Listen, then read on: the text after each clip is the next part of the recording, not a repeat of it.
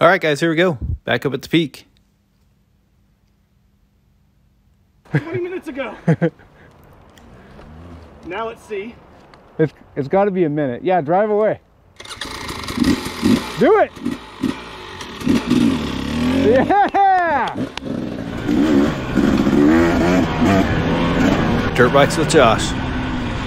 That was a pretty good static balance right there out of Josh.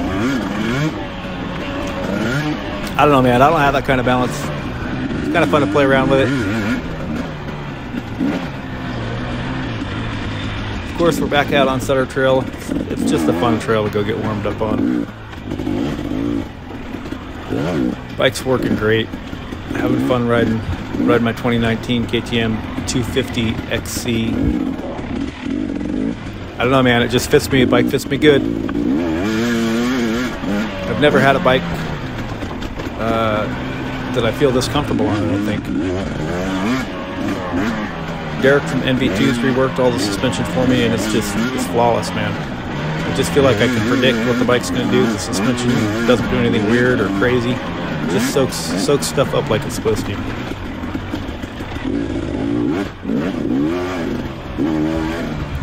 And then everybody asked me about the 300, 200, or 250 comparison. I don't know. I'm just comfortable on the 250. I feel like it. I know there's no real weight difference between the two bikes in real life on paper, but the 300 feels heavier to me. Just the way the motor spools up, and that's not necessarily a bad thing. Just for me, I feel like the 250 feels a little bit more playful, livelier. I don't know. I enjoy it, and I think I wouldn't be afraid to buy a 300. But I think if I do replace this bike in the future, I'd buy another 250. Don't get me wrong. I think 300 is a great bike, but I don't know. I'm happy with the 250. That's all I got. But I do get asked about it a lot.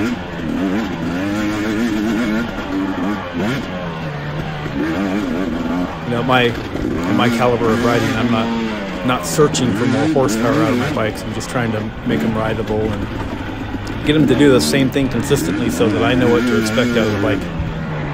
And that's just kind of where I've got this one. It just works for me. Anyhow, enough rambling on about bikes, 250s, 300s.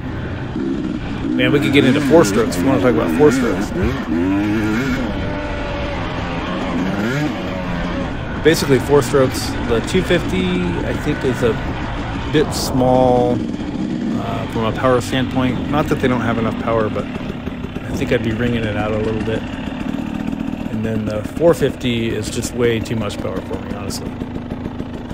I can't hold on to the bike, especially in the woods. They just want to pull your arms off. Great traction, great tractable power on the 450s, but I don't know, for me, the 250 two-stroke is really the perfect bike. I've never ridden a 350 four-stroke. I think that might be the perfect bike for the woods, maybe. I know a lot of guys like them. If I was going to go to a four-stroke, I would really lean towards that bike. It's unfortunate that only one manufacturer makes the 350. I wish they all made 350s. Don't get me wrong, I love the KTM Husky gas brand, but I don't know, I just think other manufacturers should pick up on that. 450 is just a lot of bike for the average guy, in my opinion. Too much bike for me. Yes, I have a 450, but I don't ride it all that much, honestly. And the 500 dual sport bike, it's so detuned, I guess you could say. You know, they're trying to make it emissions compliant, so it doesn't bark like you can make it. You can uncork them and make them crazy, but I don't know. It's fine, but I don't think I'd want to race it. It'd definitely have to be, new ECU and pipe and all all that stuff. But I really like how quiet the dual sport is. I'm not looking for a ton of power out of that bike, so again, my caliber of riding, I just don't need a lot of horsepower. I just need a lot of usable, not even a lot of usable power. But yeah, you know what I'm saying. I'm kind of rambling now.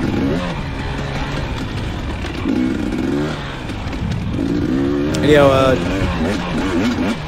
Josh came up with a good idea. Just he'd run out in front of me, I'd give him a little head start, and then I'd chase him down and catch him, and he'd pull over, give me an easy pass, and then I'd let him back by, and we'd just keep doing that a couple times, just to work on kind of sprint speed and kind of a real life scenario where you're catching people who maybe rose in front of you or whatnot.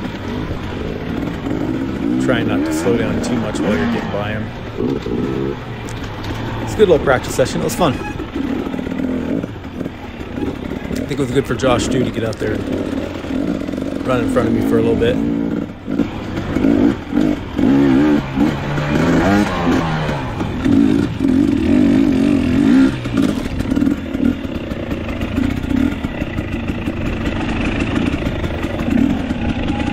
Pretty big tree down across the trail. Need a pretty good sized saw to get that one out of the way.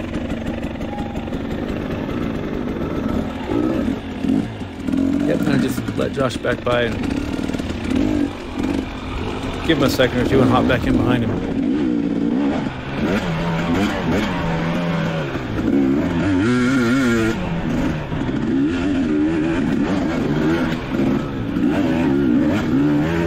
Josh told me to hammer on him about sitting down too much in these videos, so Josh, you're sitting down too much.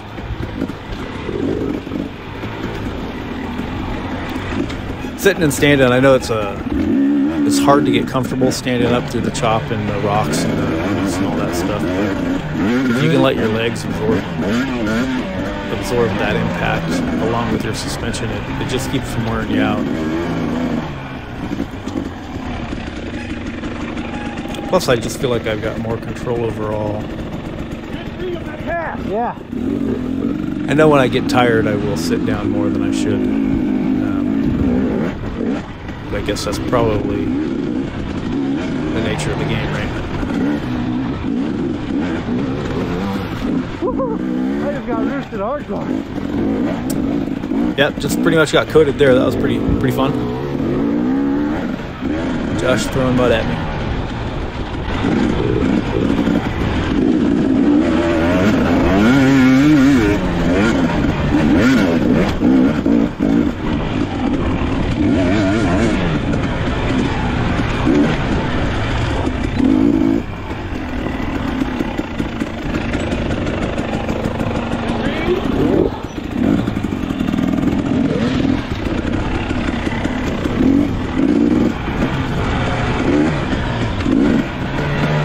For this tree right here, Josh. Yeah, that thing just about got me the lap before. A lot of branches off of it, and you don't see the big 6-inch diameter log that comes along with it that's laying, lengthwise in the trail. It really causes you some trouble if you get it wrong.